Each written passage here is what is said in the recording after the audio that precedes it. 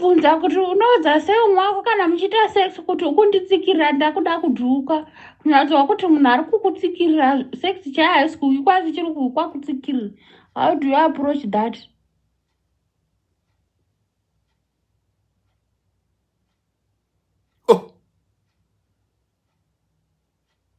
Ndakubvunza kuti unoudza sei umwe wako kana muchiita sex kuti ukunditsikirira ndakuda kudhuka. Kunyatsoa kuti munhu ari kukutsikirira sex chaiye haisi kuuikwa asi chiri kuuikwa kutsikirira. How do you approach that?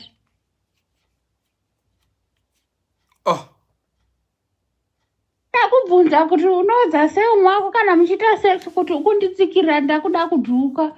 Kunyatsoa kuti munhu ari kukutsikirira sex chaiye haisi kuuikwa asi chiri kuuikwa kutsikirira. How do you approach that? Right. Vanotibata vachatibatira panzira. Right. First of all, zvichiri kutoshamisa kuti kuchine vanhu vari kutsikirirwa. Zvinogona kushamisa zviti kuya kuchina vanhu vari kutsikirirwa.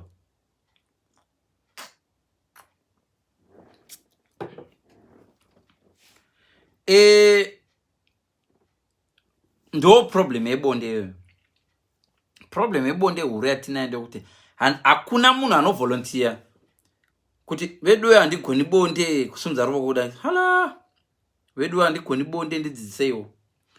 Munhu wese anoti ndogona. Ndingati bonde rakafanana nechirwere. Vashoma vanhu vanobvuma kuti vane chirwere. Even vanacho. Ukaona zvotobuda kuti kune munhu anotsikirira umwe, zvaburutswa nemukadzi nyakutsikirirwa, ndiye angadouya sezvaita amai avo. Kuti murume auya ati vedu ndine zidumbu zihombe, ndine problem yekutsikirira mukadzi, ndibetsereiwo. Haufa wakawana. Kana wakamirira izvozvo, mirira hako but hai. Haufa wakawana murume achava achikuudza. Vedu ndine problem yangu panapa, mukadzi wangu anogara achiti ndomutsimbirira. Kwete even kuti ndomutsimbirira, ouya akoti mukadzi wangu anogara achiti ndomutsimbirira. Hausarambowamba vaichiti vari kunditi ndaba. Iwo wadi ndatora nchiti ndozodzorera. Mushopu ndabuda zvangu nanchiti ndozodzorera. Saka varundirova vachiti ndaba. Hausarambozvinzwa izvo. Varofunga kuti ndaba. Asi nge chitori mbavha huru chaichai. Right. Kuseri uko pataita live ndangobuda pachena, ndambovanza ndangobuda pachena ndikataura ndikati inini ukaona zvinhu zvako zvinoitika in private zvichisvika pastage yekuti unoda kuzobvunzira in public, zvadhakwa. Ukaona bonde romba mako iwo wakunoribvunzira kuna mufundisi, zvadhakwa. Ukaona wabuya pachannel pafidzo kuzobvunza gaiti pamhe futi kekupedzisira. Ndakubvunza kuti unoudza sei umwe wako kana muchiita sex kuti ukunditsikirira ndakuda kudhuka. Kunyatsoa kuti munhu ari kukutsikirira sex chaiye haisi kuuikwa asi chiri kuuikwa kutsikirira. How do you approach that?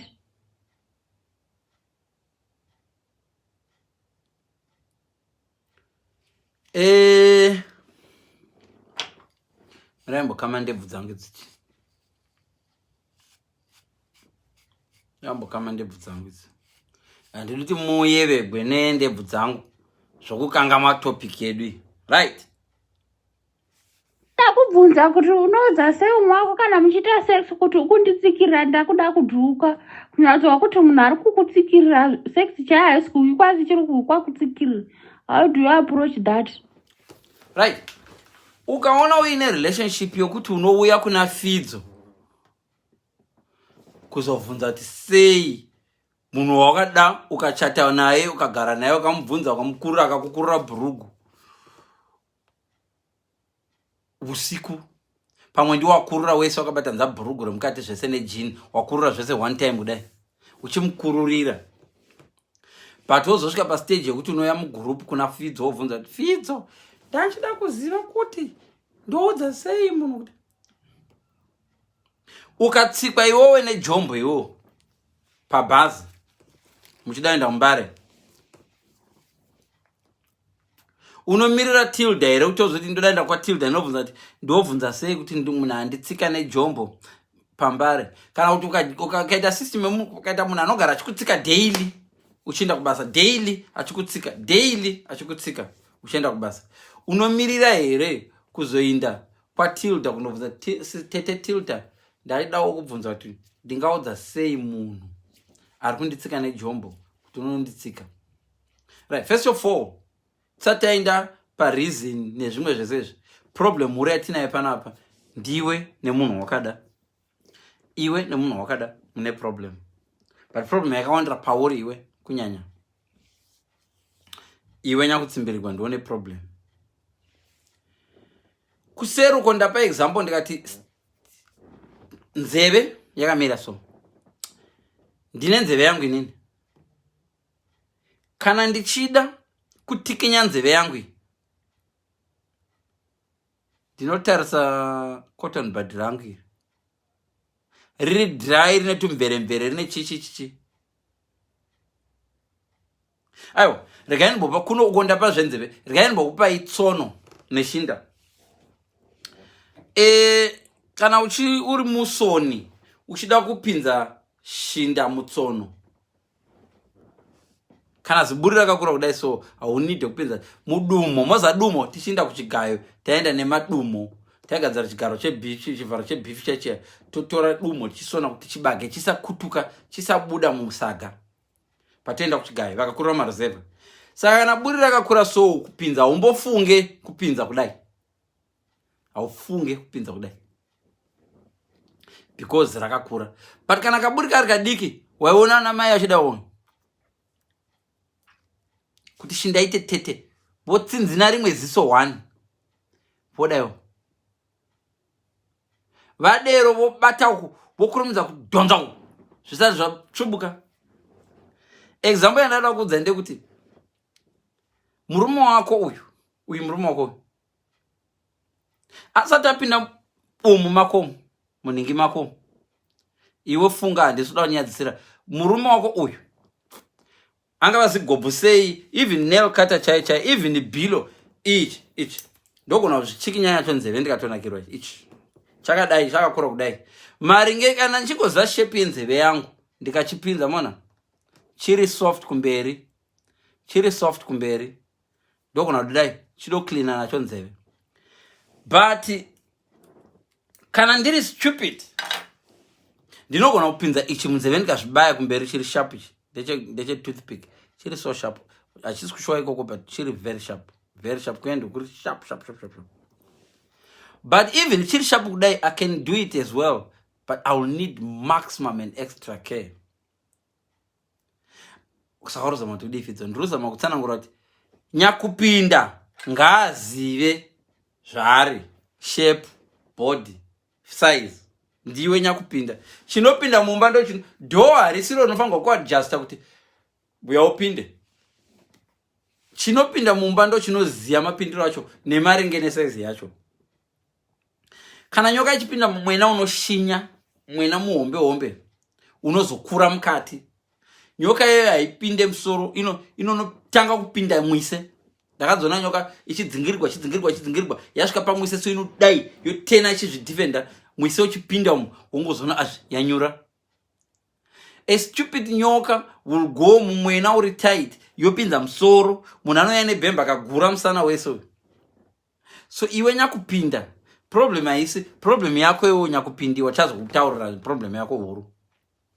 But problem yako huru, problem ndeyakupinda, ari kupinda. Ora kandange newe nyakupinda usati wavata, ndikubudze problem yako huru. Problem yako huru wakadai nemunhu usinga communicate naye. Munhu ari kutadza kucommunicate naye kuti unodouya kuno kuna Fidzo wozobvunza kuti Fidzo ndangachida kubvunza kuti Fidzo ndangachida kubvunza kuti kudii, kana woda kudhubuka unofa kana heart attack. Right, inzwai munhu ari kuda kudhubuka uyu ari kutsimbirirwa zvokusvika pakuda kudhubuka. Ndakubvunza kuti unoudza sei umwe wako kana muchiita sex kuti ukunditsikirira ndakuda kudhubuka, kunyatsowa kuti munhu ari kukutsikirira sex chaiyo haisi kuikwazi chiri kukutsikirira. How do you approach that? So problem yako yo kudanana nemunhu usingataurike naye hanzi kune vasingataurike navo. Wakavada sei? Wakazosvika mukurogwa nemunhu asingataurike naye sei?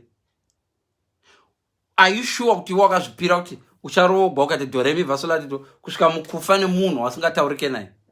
Ndakambotsanangura kuti before waroorwa nemunhu, before wadanana nemunhu, anofanirwa kucommunicata newe. Wakanyengwa sei kana asingataurike naye? Pakunyengwa ipo pepe ndo paunogara wapa munhu makey ese. Unozi, murume wangu handiteereri. Aikuteerera usati wamupa bonde. Pabonde, pacontract yebonde pando pakafoira test ipo pepe. Murume wese asati avata newe anokuteerera. Murume wese asati avata newe anokuteerera. Saka iwe ukaona une murume asingakuteereri, wakamupa makey ndiwe. Makey ndiwo nawozve. Makazosvika pakuti havana sei nemunhu asingateereri. Saka unondudza kuti vana vacho muri kuita vana by mistake. Saka urungoita nhumbu, I think ndane nhumbu. Kana kuti munoplana kuti ndoda kuzoita mwana 1 or 2. Vamwe venyu relationship dzenyu kana zisina kumira sezvozvo. Saka problem ndimwe. Nekuti murume wese communication anoigona kana asati apiwa bonde. Anorereka musoro akadi. Zvandareva ndezvoti sticky isati yapinda munzeve. Ndoisa kuti nyorobe kuti bozi munzeve mangu ndindoziva nzeve yangu. Kana iwe nzeve yako ikazara mvura, haufaniri kuisa mvura pasvo. Bozi ndozati hazvichano lubricate nemvura. Kana nzeve yangu iri dry ngizati iri dry, ndokusandichita. Bozi ndoziva nzeve yangu. Iwewo ndiwo unoziva nzeve yako. Nyakupinda anofanirwa kuziva munzeve mari kupinda. Saka zvokukutsimbirira, sati ndatombosvika pakutsimbirira, muri kuona gentleness yandiri kuita ndichipinda munzeve umu. Ndiri kuzviziva kuti munzeve hamusi muromo. Mumuromo ohone. Bozi mumuromo. But munzeve ona iroko rwangu, even the way I'm doing it, I have to be calm. Ndikaita mawara ndopesana sina nzeve, so I have to be calm. Ndoiteerera nzeve. Kana ndisingawanzwi uku, ndichiona picture yangu, zviri kuita face yangu zvinondodza it's okay, it's not. Kana ndakadai relax, it's okay. Ndikadai, that's what chonomanyira. Achisa muromo paside. Chiri kupinda, chiri kucommunicata newe, iwo uri kuchiudza kuti kana chasvika panonakidza senga pari kuvavirira munzeve wangu. Muri kuona? Pari kuvavirira nyange maziso angu akuita kurukutika nekutapirirwa nekupindwa munzeve, ndichipinza munzeve chisvika kumberi uko. Ndikazonyanyisa chikasi jwa kumberi kunogwadza, munoona ndichidaiwo. Handimona? So, nzeve iri kucommunicata neiwe. Kana zvakwana, chiri kuti zvakwana, handimona? Zvakwana. Nzeve yapo. Zvino kana muchikundwa nenzeve iwewe, nzeve yako inotokomunicata neruoko guru apa. I know shoulder iri padhuze nenzeve, but kunokomunicata iri kukomunicata nekufurthest part of your hand. Ichikomunicata via maso. Ma emotions atoita psychology are very very important. Munhu akati tiri kuenda tesere kumba kwangu, ukaona achiti face yake, look in my face, tarisa face yangu, ukaona don't get too excited. Yes, ati zviri bolato, isi bolato. Unondida here baby? Hongu. Iwe uri kuteerera muromo. My emotions are very important. Munhu anokuda kwati ndounodere, ndokuda baby. Uri kuona munhu ari kuti ndokuda baby, nemuna vamwe vanhu unotaurira vochimudza not really akada ngofanana na no. Saka wandihurira kaiwo, not really it's not really unofanana na yes na no, zvakada kufanana futi. But saka iwo waida kundihurira kaiwe, munoti not really. Padhuze ndaikuri anokada kutaura ndiri padhuze nekuhurira, but not really. Saka munoteerera not ndiwa moda kuti usateerera zvaunoda kunzwa. Saka iwo kana uri murume uri kutsimbirira munhu, wakateerera live yangu, I know kuti uchasangana nelive yangu, right? Haudi kuudziwa iwo kuti nezidumbu, and hatidi kukuudza kuti unorema nokuti unozviziva. Unezidumbu unorema pamwe nekunhuwa futi. Wakatsimbirira munhu achida kudhubuka nokuti hapwa dzako dziri kumubitiridza, aroda kudhubuka because ati aroda kudhubuka. Saka ndonga unenge wakaita kupressa yokozuna style wrestling. Right, nyakutsimbirigwa shamwari rega kuridza mhere yakafanana nekunakirwa iwo chigwadziwa. The reason why nyakutsimbirira chiramba kakutsimbirira uri kuti kana uchipomba pombe yebhora ikati pombe yebhora pombe yacho inenge ichiratidza mweya uri kupinda. But sometimes yaita noise yakadero tube yairi paside tisingatopombi bhora uchipomba bhora chingati kupomba wanza pipi but bhora singachinji kana kuti mweya wacho uchibuda. So iwewe nyakutsimbirigwa iwo totanga tambo kublema iwo nyakutsimbirigwa. Haufangi uya kuzobvunza fidzo kuti ndinodza sei munhu gaiti dzokoro kekupedzisira ndangoti ndati kekupedzisira. Ndakubvunza kuti unodza sei umwe wako kana muchiita sex kuti ukunditsikirira ndakuda kudhuka. Kunyatsowa kuti munhu ari kukutsikirira sex chahaisi kuuyi kwazi chiri kwakutsikirira. How do you approach that?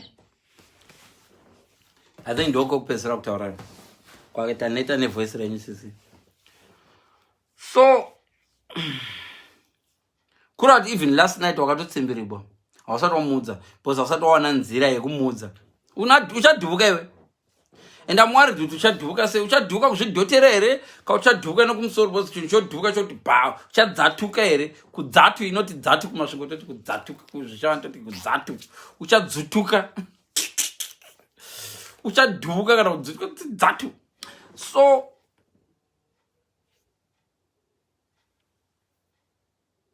stick image yauya ikakubaya pasiripo unozati unoona ruoko rwako rwapanze.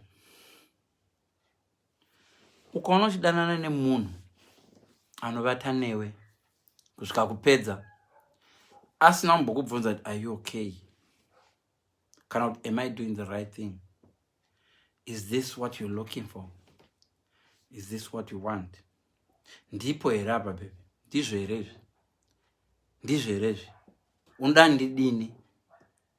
Vese vari married vachiwana vhidhiyo yangu iyi chekai nhasi pamunoita bonde nemurume wenyu anopedza here asina mbokubvunza kuripo here ani waredhi here ndotunda here.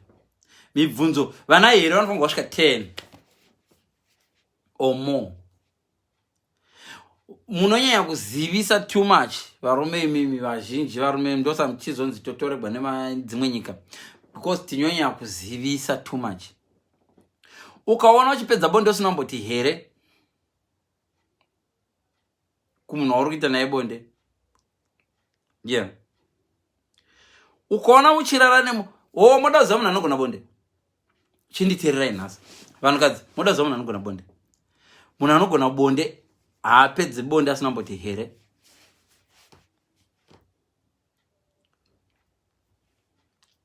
Saka kana wakamborara nevanhu vanogona bonde vese uchiti vanogona bonde asi vasingati here kwauri iwe nzeve stick. Kana ukaona uri munhu akafanana nemunhu ari kutestwa covid, stick yemechisa kana chipinda umo neinopinda kucovid, iyo kucovid inongonzi mvong ukasada ofusinga inopinda mukuruzviko.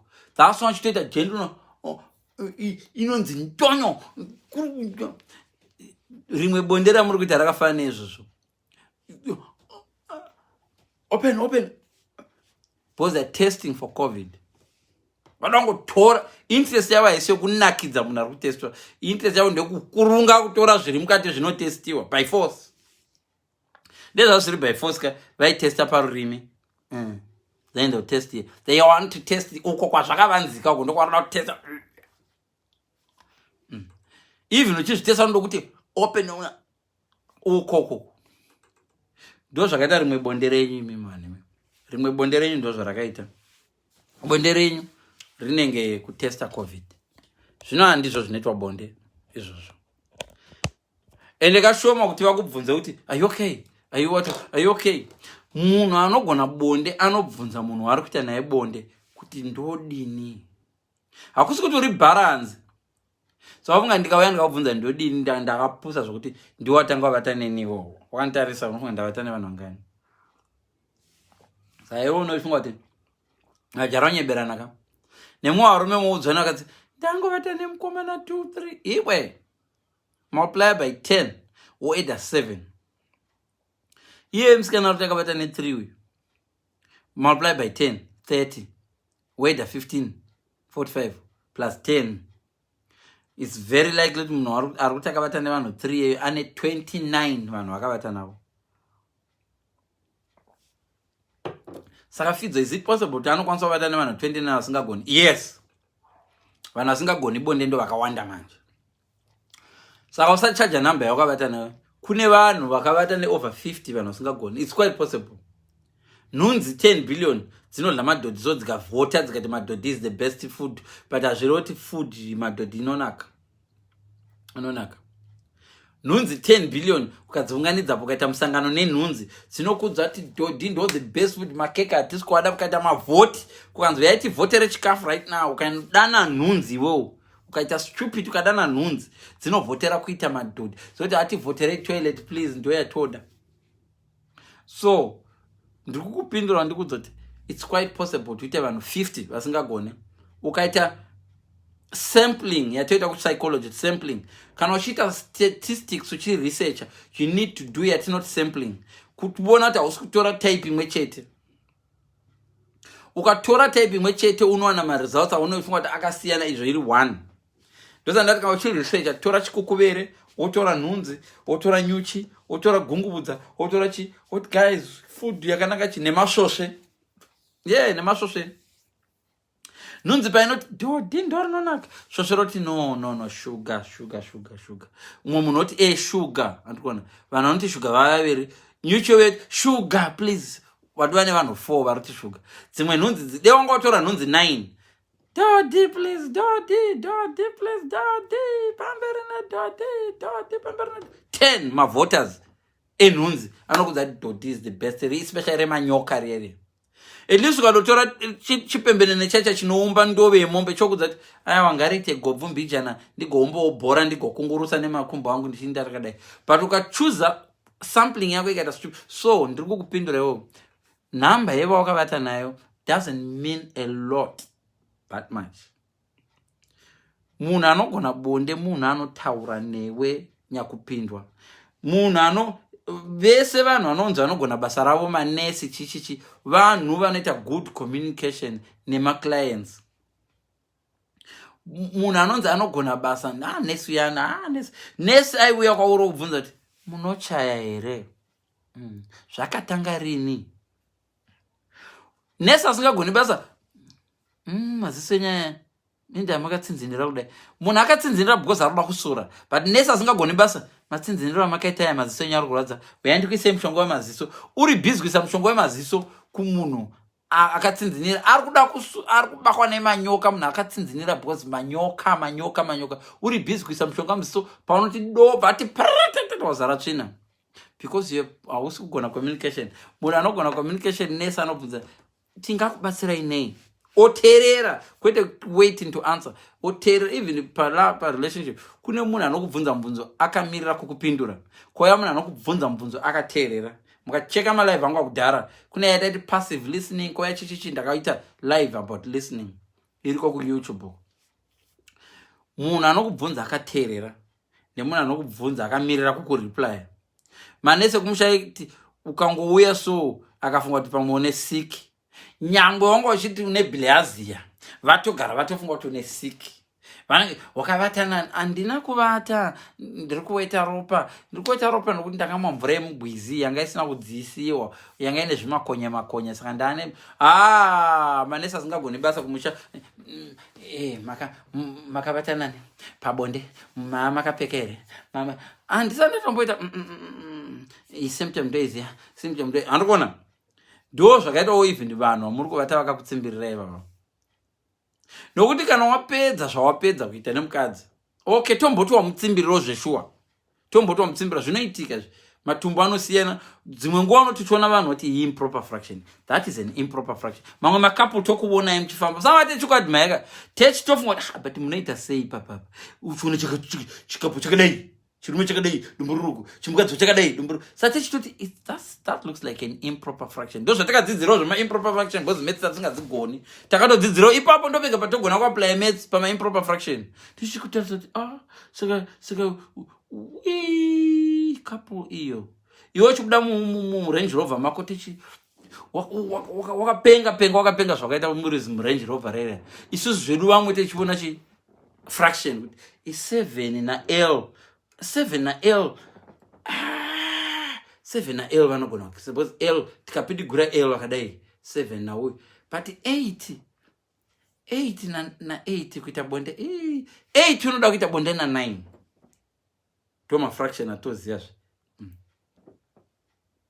P na G vakadaita bonde umwe anofanirwa kuti 6 na 9 ndo vanonyatsoita tikakona mberi 6 na 9 pakatoti ndo vanogona draw 6 na 6 akadai 9 akadai kunodai kunopindana kuti ngori kana kuti vana 0 vaviri vakadai vanobudisa 8 0 kuti gaja andikona saka kana uri improper fraction techikuona saka isusu techizviona ikapo ika yes mune mota dzenyu mune dzimba dzenyu mune vana venyu but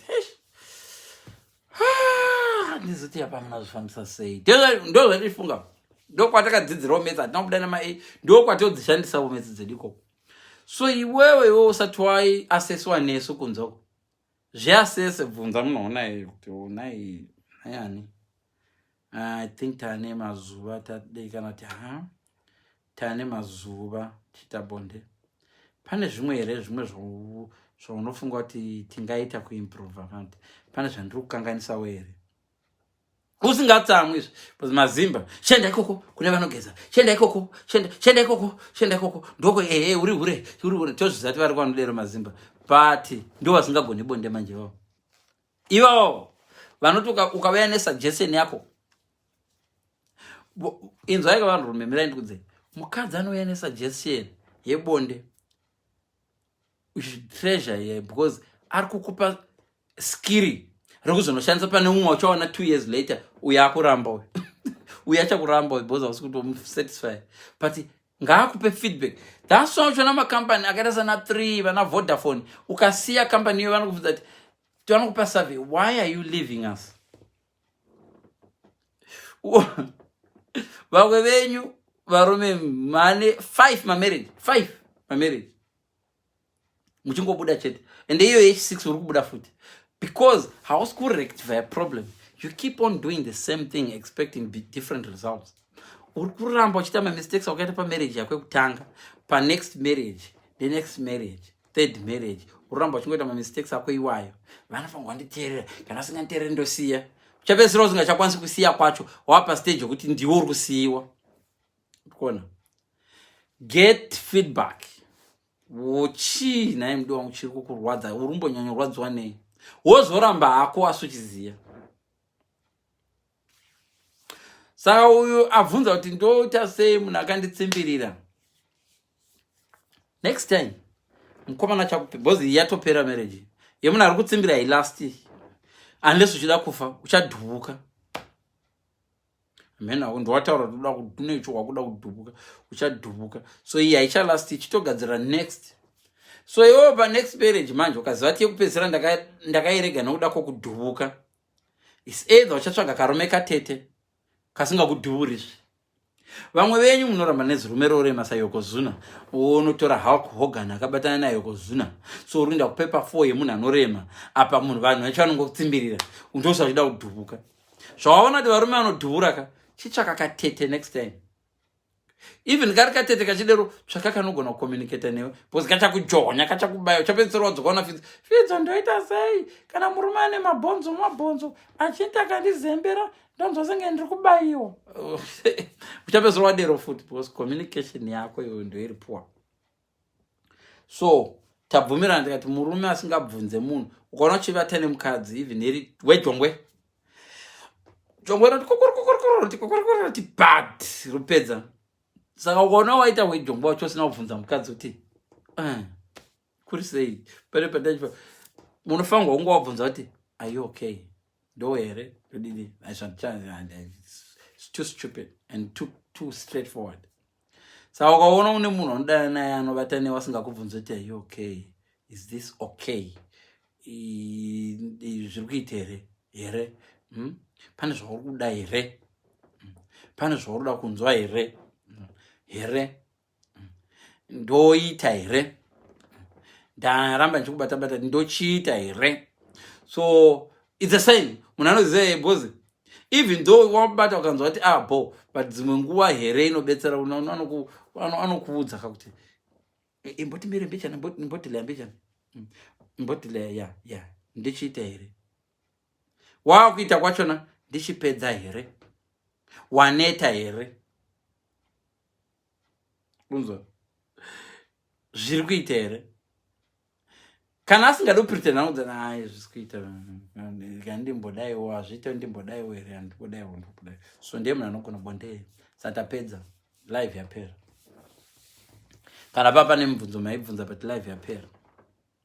Problem ndeyako yo wakazosvika mukurobwa nemunhu asingagoni kuti here, which means pakati unondida here hauna mupindura futi, wakakarwa wadorobwa usina kupindura akauti unondida here, probably wakangoramba unyerere ukangokurura bhurugu ukangopedzisira wadongoitiwa usina kumboti because murume chai haasvike mukudana nemukadzi asina kumboisana here vanosvika 50 kukuroora. Ukaona iwewe uchisvika mukurogwa nemurume asina kumboita vana here vanodarika 50 to 100, murume ngaakubvunzana here up to 50 before akuroora. Theory yangu nditokuudza ende muchai yakapenga theory. That boyfriend waona yeye cheka kuti ana naye here vangani. Ukaona asina vana here vangani dictator, you will thank me later. Ukaona murume asina vana here murelationship mako, Woman, this is the best advice you'll ever get. Kauchigona itaka screenshot yezvandiri kutaura. Ukaona uchidanana nemurume achikuroora asina kumbokuti here ka 50, uri kuita mistake. Roorwa nemurume anoti here. Fidzo rutudi ndiri kuti murume anofanirwa kukuroora ambokubvunza vana here vanosvika 50 to 100 or more. Toenda out here, toroorana here, totumira mai mari here, vana vako vanofara here, mai vako vanofara here, kumusha kwenyu kune toilet here, une imba here, undati vake imba tose here, saka vana here vasingasviki 50, that man haafakako ndo varume vasingabvunzike mumarriage. Cheka varume vasingabvunzike marriage wokuti kuti umubvunze kuti makanditsimbirira haabudzike. Ndo varume muti hakubudzika nokudira mbama. Wakajamba vana here 50 vandachikudza. This is a here live. This is a here live show. Ukaona iwo even pafoni ari long distance relationship ndakukutipa imanje. Ukaona uri pa long distance relationship isina vana here wasera zvakanaka here, wasera zvakanaka. Dzimwe dzenguva munotitangira, of course munotitangira, imi ndii munotitangira kutivhunza. Saka vati masora sei shewe, saka ndichakwanisa ndichiti wasera zvakanaka here, because watondotozati the moment ndiri kutaura varume munozvidza zvandiri kutaura. Ukaona uchidanana nemurume asingakuti here more than 50 to 100 times, even muchiita nyaya zvongobvunza kuti ndibamunini vako vaya here. Here inoratidza kuti I am asking you to get a response. Madictators, ukaona nyika dzine madictators hadzikubvunzi kuti moda tivhoterane here, dzinoti come and vote.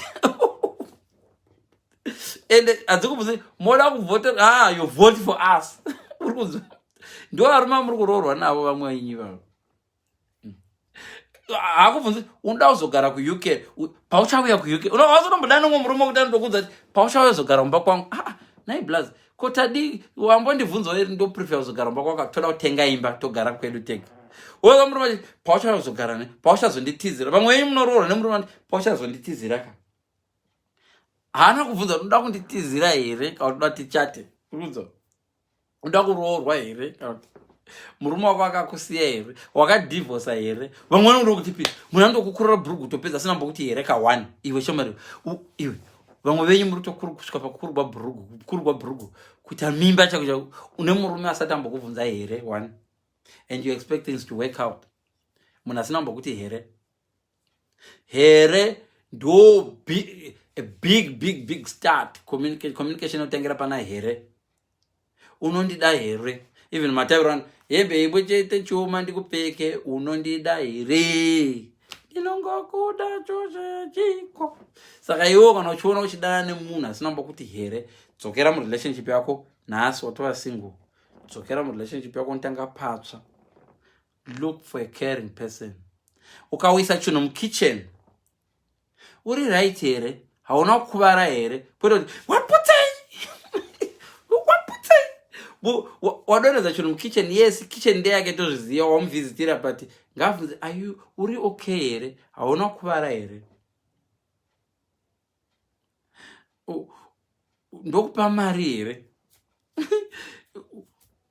kukafiwa saka unodzoka musa 20 ka unofanira kuti kana wadoenda kunhamo wodzoka musa 25 pane zvaunoda here zvawafigwa pane zvaunoda here ndo varume saka musazotibvunza futi varume vari bonde vapi ndakuudzai varume vari bo vanoonekwa na here so ukaona iwo munhu unodana naye asingati here pauri haasi murume ari bo nyange achigona bonde sei ende kugona bonde kwacho icoincidence because kuri pakugona bonde necoincidence ka nokuti unoziva kuti panopindwa ndepapo ndikapinda so panonakidza ndikanodai vazhinji vandakaita navo vanonakidza experience but here inoita ndive a perfect guy saka vamwe vakadzi vanosangana navo vanenge vachiti ndingagone bonde ka pamwe vakadanana neni ndisirichi ndisati ndagona kuti here saka iko zvino ndakugona kuti here saka ndambogona kuti fidza kugona bonde vakomana gona pamwe akazodzidza aona live yangu kuti kunonzi here baby ndoya here ani